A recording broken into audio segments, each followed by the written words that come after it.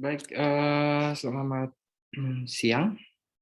Hari ini kita akan belajar tentang eh, kelainan struktur dan fungsi tubuh. Jadi, berbicara soal kelainan struktur dan fungsi tubuh, maka kita harus mengetahui dulu tentang apa itu patogenesis. Kalau yang sebelumnya itu kan kita berbicara tentang apa itu patologi. Nah, setelah itu kita harus memahami juga tentang patogenesis atau patogenesa. Jadi kalau bicara soal patogenesa itu, maka patogenesa itu adalah evolusi penyakit, ya, atau perkembangan atau perubahan penyakit yang memang menunjukkan mekanisme dengan jalan mana penyakit pada seseorang, ya. Kemudian contoh, eh, bicara soal patogenesa atau patogenesa secara singkatnya itu adalah disebut dengan perjalanan sebuah penyakit. Nah, kalau berbicara soal perjalanan sebuah penyakit, maka saya kasih contoh tentang penyakit ini, pasti semua orang tahu, ya, COVID-19. Jadi, bicara soal penyakit COVID-19 ini, kita bicara soal bagaimana proses penyakitnya itu dia terjadi. Pertama, penularan melalui udara, kemudian penularan udaranya itu si virusnya itu, ya, SARS coronavirus 2 itu dia masuk melalui pernafasan, kemudian dia menyerang paru-paru atau saluran pernafasan, ya. Seperti itu. Secara singkatnya seperti itu. Jadi di mana port di entry atau tempat masuknya, ya, dia masuk melalui saluran pernafasan, organ apa yang dipengaruhi, paru-paru, kemudian nanti bentuk paru-parunya seperti apa, ada fibrosis, kemudian begitu seterusnya, kemudian menunjukkan gejala-gejala yang lain, ya, seperti itu. Itu yang disebut dengan patogenesis. Nah, selain itu kita juga harus memahami tentang bagaimana ketika seseorang itu terjadi SARS coronavirus dalam konteks perjalanan penyakit, maka kita harus juga tahu bahwa gangguan-gangguan apa saja yang terjadi ketika seseorang itu terinfeksi virus corona. Jadi kalau bicara soal terinfeksi dengan virus corona, maka gangguannya itu ada macam-macam. Bisa gangguan pernafasan secara utama, kemudian nanti ada gangguan di ginjal pasca pengobatan, gangguan di jantung karena kekurangan oksigen dan hipoksia, gangguan pencernaan karena virus corona ini menyebabkan inflamasi pada epiglotis, kemudian orangnya susah menelan, kemudian nafsu makan menurun karena gangguannya di otak, kemudian gangguan saraf bisa terjadi delirium, dan sebagainya. Ya, maka itu adalah proses-proses secara luas yang disebut dengan patogenesis, ya, atau patofisiologi seperti itu. Nah, namun secara umum ketika kita mempelajari tentang patogenesis itu, walaupun bermacam-macam penyakit, namun gejala yang ditimbulkan di dalam tubuh manusia itu ya begitu-begitu saja, sama-sama saja, seperti satu peradangan atau proses radang. Nah, karena memang radang itu muncul ketika masuknya virus atau masuknya bakteri dan kemudian respon tubuh untuk melawan, ya. Itu ada proses radang. Kemudian degenerasi atau kemunduran pertumbuhan sel. Jadi virus masuk atau bakteri masuk, dia menyerang organ, maka organ itu dia akan bertumbuh atau sel yang mati harusnya dibuang, kemudian terjadi regenerasi sel, atau pertumbuhan sel, namun ketika terjadi penyakit tidak bisa terjadi pertumbuhan sel. Akhirnya organnya itu sakit, ya, dia menunjukkan gejala-gejala uh,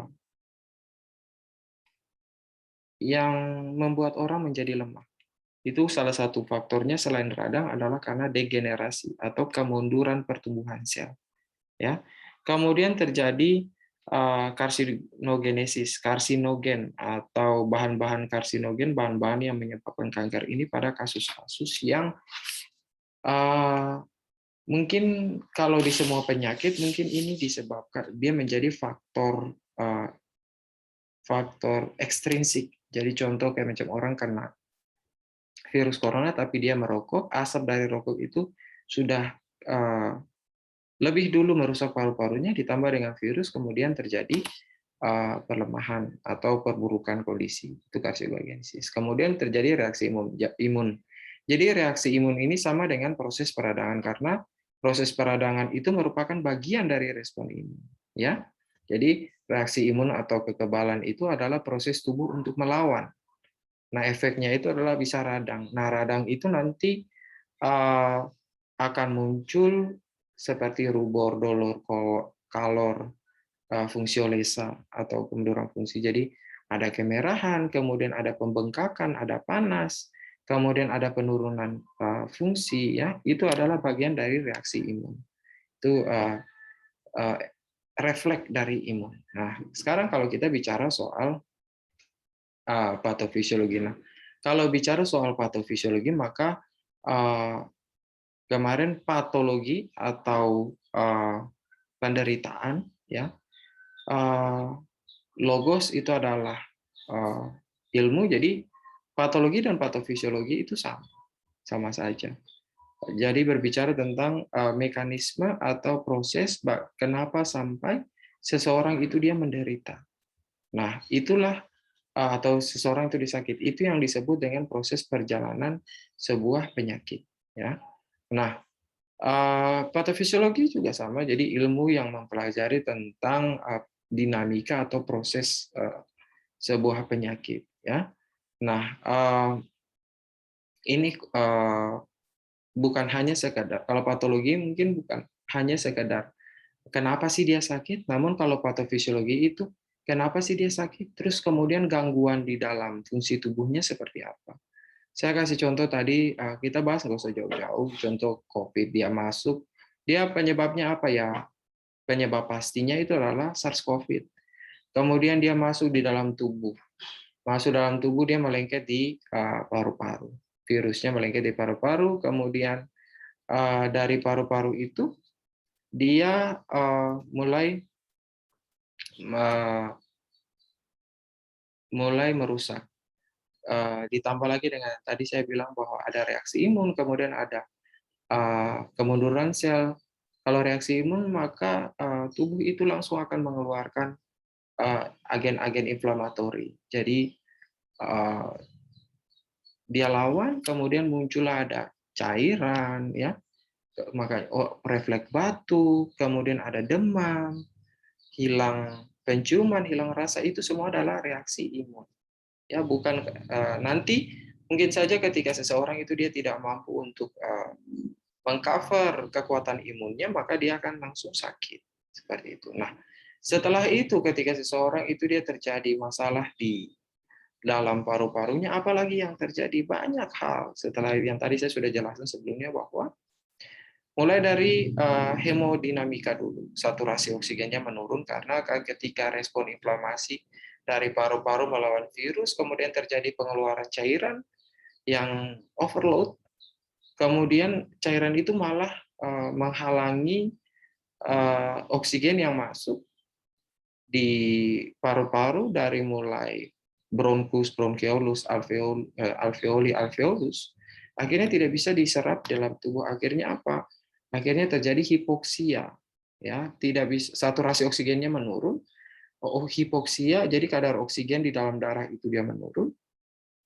Kemudian ketika hipoksia yang lama, jantung berdebar lebih kencang, tandanya adalah takikardi. Ketika jantung itu dia berdetak lebih kencang, lama-kelamaan jantung itu mengalami kardiomegali atau pembesaran jantung, namun terjadi pengecilan di dalam ruang jantung. Akhirnya kan darah yang sebelumnya mungkin saja bisa menampung sekitar 500 ketika terjadi pembengkakan jantung atau pembesaran jantung.